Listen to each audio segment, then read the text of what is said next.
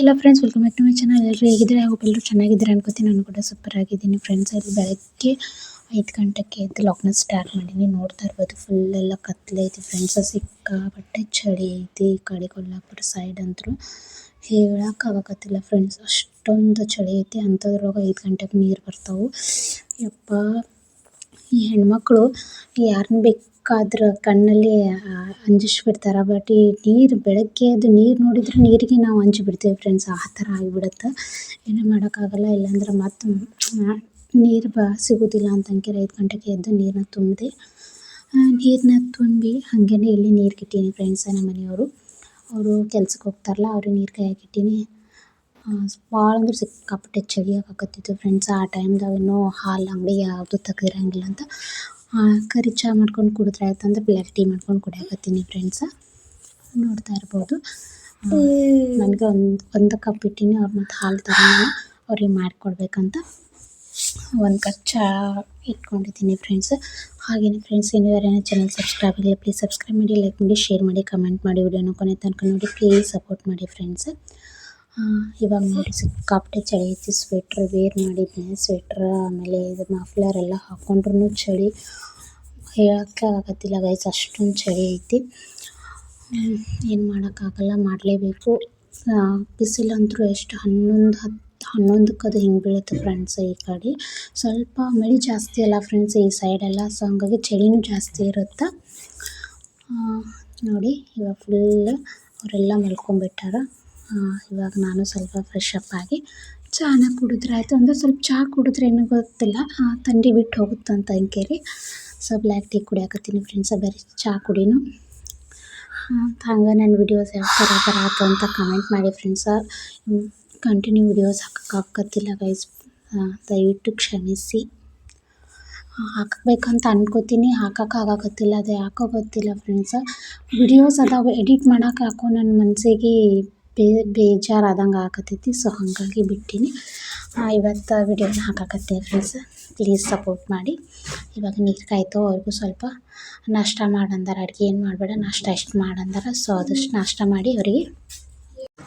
So ಹಾಗಾಗಿ ಅವ್ರಿಗೂ ಸ್ವಲ್ಪ ಉಪ್ಪಿಟ್ಟು ಮಾಡಿ ಬೆಳಗ್ಗೆ ಉಪ್ಪಿಟ್ಟು ಮಾಡಿ ಕಳಿಸಿದೆ. ಯಾಕಂದ್ರೆ ಮಧ್ಯಾಹ್ನಕ್ಕೆ ಬರ್ತೀನಿ ಅಂದ್ರೆ ಫ್ರೆಂಡ್ಸ್, ಇವತ್ತು ಸಂಡೇ ಅಲ್ಲ. ಸೊ ಹಂಗಾಗಿ ಹಾಫ್ ಡೇ ಮುಗಿಸ್ಕೊಂಬರ್ತೀನಿ ಅಂತ ಅಂದರು. ನಮ್ಮದು ಪರಿಶೀಲ ಫ್ರೆಂಡ್ಸ್, ಏನಂತಾರೆ ಕಾಂಕ್ರೀಟ್ ಟೈಪ್, ಅದು ರೆಡ್ ಕಲರ್ ಇರುತ್ತಲ್ಲ ಕಾಣಿಸ್ಬೋದು.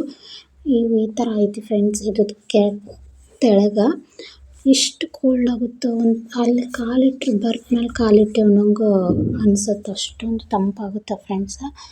ಹಿಂಗಾಗಿ ಸಿಕ್ಕಾಪಟ್ಟೆ ಈ ಮನೆ ಸ್ವಲ್ಪ ಭಾಳ ತಂಪೈತಿ.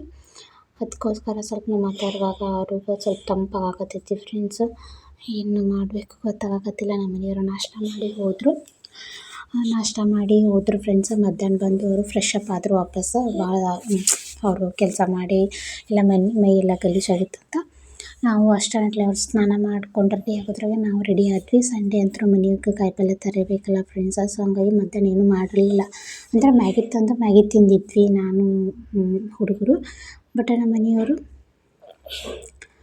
ಏನಪ್ಪ ಅಂತಂದ್ರೆ ಮ್ಯಾಗಿ ತಿಂದಿದ್ರು. ಅವ್ರಿಗೇನು ಬೇಡ ಅಂತಂದ್ರೆ ಏನು ಎಕ್ಸ್ಟ್ರಾ ಪೇಮೆಂಟ್ ಬಂದಿತ್ತಂತ. ಸೊ ಹಂಗಾಗಿ ಹೋಟೆಲ್ಗೆ ಹೋಗೋಣ ಅಂತ. ಅಲ್ಲಿ ತನಕ ನಮ್ಗೆ ಹೋಟೆಲ್ಗೆ ಹೋಗ್ತೇವೆ ಅನ್ನೋದು ಪ್ರೂಫೇ ಇರಲಿಲ್ಲ. ಸಂತಿಗೆ ಹೋಗ್ತೇವೆ ಅಂತ ಅಂದ್ಕೊಂಡು ಹೋಗಿದ್ವಿ ಇಲ್ಲೇ ಸಮೀಪ. ಬಟ್ ನೋಡಿದ್ರೆ ಹೋಟೆಲ್ಗೆ ಕರ್ಕೊಂಡು ಹೋದ್ರೆ ಆ್ಯಸ್ ಯೂಶ್ವಲ್ ಡ್ರೆಸ್ ಮೇಲೆ ಹೋಗಿದ್ವಿ. ನೋಡ್ತಾ ಇರ್ಬೋದು ಆ ಥರ ಸ್ವಲ್ಪ ಟೀ ಶರ್ಟ್ ಅದು ಹರಿದಿಲ್ಲ ಫ್ರೆಂಡ್ಸ್. ಸ್ಟಾಕ್ ಮಾಲ್ ಅಂತಂತಾರಲ್ಲ, ಅದು ಇಟ್ಟಿಟ್ಟಲ್ಲೇ ತೂತು ಬಿದ್ದುಬಿಟ್ಟೈತಿ. ಸೊ ನೋಡ್ತಾ ಇರ್ಬೋದು ನಮ್ಮ ಹತ್ತಿರ ಅದೇ ಡ್ರೆಸ್ ಮೇಲೆ ಕರ್ಕೊಂಡ್ಬಂದಿದ್ವಿ. ಸೊ ಅದೇನು ಸಾಧ್ಯತೆನೇ ಒಂದು ಸ್ವಲ್ಪ ಕ್ಲಿಕ್ ಕೊಟ್ಟೆ ಅಂದರೆ ನಾವು ಡ್ರೆಸ್ ಹಾಕೊಂಡು ರೆಡಿಯಾಗಿ ಬರ್ತಿದ್ವಿ ಅಂತ ತಿನ್ನೋಕೆ ರೆಡಿಯಾಗಿ ಬರ್ತೀವಿ. ನಮ್ಮ ಮನೆಯವರು ಒಂಥರ ಫ್ರೆಂಡ್ಸ್. ಸೊ ಹಂಗಾಗಿ ಇಲ್ಲಿ ನೋಡ್ತಾ ಇರ್ಬೋದು ನಾವು ಚಿಕನ್ ಥಾಲಿ ತೊಗೊಂಡ್ವಿ. ಇದಕ್ಕೆ ಒಂದು ಚಿಕನ್ ಥಾಲಿಗೆ 250 ಹೇಳಿದ್ರು ಫ್ರೆಂಡ್ಸ್. ಆದರೆ ಮಸ್ತ್ ಅಂದ್ರೆ ಮಸ್ತ್ ಇತ್ತು, ಚಲೋ ಇತ್ತು. ಬಟ್ ಅಮೌಂಟ್ ಜಾಸ್ತಿ ಆಯಿತು ಅಂತ ಅಂದ್ಕೊಂಡ್ವಿ. ಹಾಗಾಗಿ ಯಾಕಂದರೆ ಇವ್ರು ಹುಡುಗರು ತಿನ್ನಲಿಲ್ಲ ಫ್ರೆಂಡ್ಸ್. ಯಾಕಂದ್ರೆ ಸ್ವಲ್ಪ ಅವರು ವೆಚ್ಚ ಭಾಳ ಹಾಕಿರ್ತಾರೆ, ನನ್ನ ಮಕ್ಕಳು ತಿನ್ನೋಂಗಿಲ್ಲ. ಮತ್ತು ಅವ್ರಿಗೆ ಮನೆಗೆ ಹೋಗಿ ಮಾಡಿಕೊಟ್ರೆ ಆಯ್ತು ಅಂದ್ಕೊಂಡು ಸುಮ್ಮನೆ ಆದ್ವಿ. ನೋಡ್ತಾ ಇರ್ಬೋದು ಫುಲ್ ಬ್ಯಾಟಿಂಗ್ ಅಂತೂ ಆಯಿತು ಫ್ರೆಂಡ್ಸ್. ಊಟ ಮಾಡಿದ್ವಿ, ಫುಲ್ ಪ್ಲೇಟೆಲ್ಲ ಖಾಲಿ ಆಯಿತು. ಇವಾಗ ಸ್ವಲ್ಪ ಸಂತಿಗೆ ಹೋಗಿ ಮಾರ್ಕೆಟ್ಗೆ ಹೋಗಿ ಸಂತಿ ತೊಗೊಂಡು ಬಂದ್ವಿ. ಆಮೇಲೆ ಸಂಜೆ ಕರ್ಷಿ ನೋಡ್ತಾ ಇರ್ಬೋದು ಫ್ರೆಂಡ್ಸ್. ನೀವಿಲ್ಲಿ ಪಲ್ಯ ಮಾಡಾಕತ್ತೀವಿ ಸಂಜೆಗೆ. ಇದನ್ನು ನಾವು ಈ ಕಡೆ ಎಲ್ಲ ಪಾಪಡ್ ಅಂತಾರೆ ಫ್ರೆಂಡ್ಸ್. ಇದಕ್ಕೆ ಪಾಪಡ್ ಪಲ್ಯ ಪಾಪಡ್ ಅಂತ ಅಂತಾರೆ. ಬಟ್ ಕನ್ನಡನಾಗ ಏನಂತಾರೆ ನನಗೂ ಅಷ್ಟೊಂದು ಗೊತ್ತಿಲ್ಲ. ಚಪ್ಪರದ ಅವ್ರೆಕಾಯಿ ಅಂತೂ ಅಲ್ಲ ಫ್ರೆಂಡ್ಸ್. ಅವ್ರೆಕಾಯಿ ಒಳಗೆ ಇದೊಂಥರ ಬೇರೆ ಅವರೆಕಾಳು ಅಂತ ಬರುತ್ತೆ. ಅಷ್ಟೊಂದು ಗೊತ್ತಿಲ್ಲ. ಹಂಗೆ ಚಪಾತಿನ ಮಾಡ್ಕೊಂಡ್ರೆ ಆಯ್ತಂತ ಅದ್ರ ಜೊತೆ ಚಪಾತಿನ ಹಿಟ್ಟನ್ನ ಅದಿಟ್ಟಿನಿ, ರೈಸ್ ಮಾಡ್ಕೊಂಡಿದ್ದೀನಿ ಫ್ರೆಂಡ್ಸ್, ನೋಡ್ತಾ ಇರ್ಬೋದು. ಇವು ಹಂಗೆ ಡಬ್ಬಿ ತೊಗೊಂಬಂದೆ ಒಂದು ನಾಲ್ಕು, ಅವೆಲ್ಲನ ಅದಕ್ಕೆ ಹಾಕಿ ಬಾಕ್ಸಿಗೆ ಹಾಕಿಟ್ಟೆ. ಸೊ ನೋಡಿ ಫ್ರೆಂಡ್ಸ್, ಇವಾಗ ಇದನ್ನು ಹುರ್ಕೋಬೇಕು ಫ್ರೆಂಡ್ಸ್. ನೀಟಾಗಿ ಸ್ವಚ್ಛ ಮಾಡಿಕೊಂಡು ಅದನ್ನು ಹುರ್ಕೊಂಡು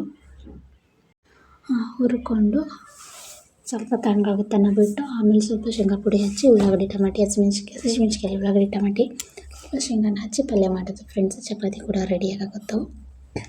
ಚಪಾತಿ ನೋಡ್ತಾ ಇರ್ಬೋದು ಸ್ವಲ್ಪ ಸಣ್ಣನೇ ಮಾಡತ್ತೀನಿ ಫ್ರೆಂಡ್ಸ್. ಯಾಕಂದರೆ ಇದು ಆ ಥರವಾಗ ಆರುವಾಗ ಸ್ವಲ್ಪ ಸುತ್ತಿ ಕೊಟ್ಟೆ ಅಂದ್ರೆ ಅವ್ರು ಹಿಡ್ಕೊಂಡು ತಿನ್ನೋಕೆ ಅನುಕೂಲ ಆಗುತ್ತಂತ ಹಿಂಗೇರಿ.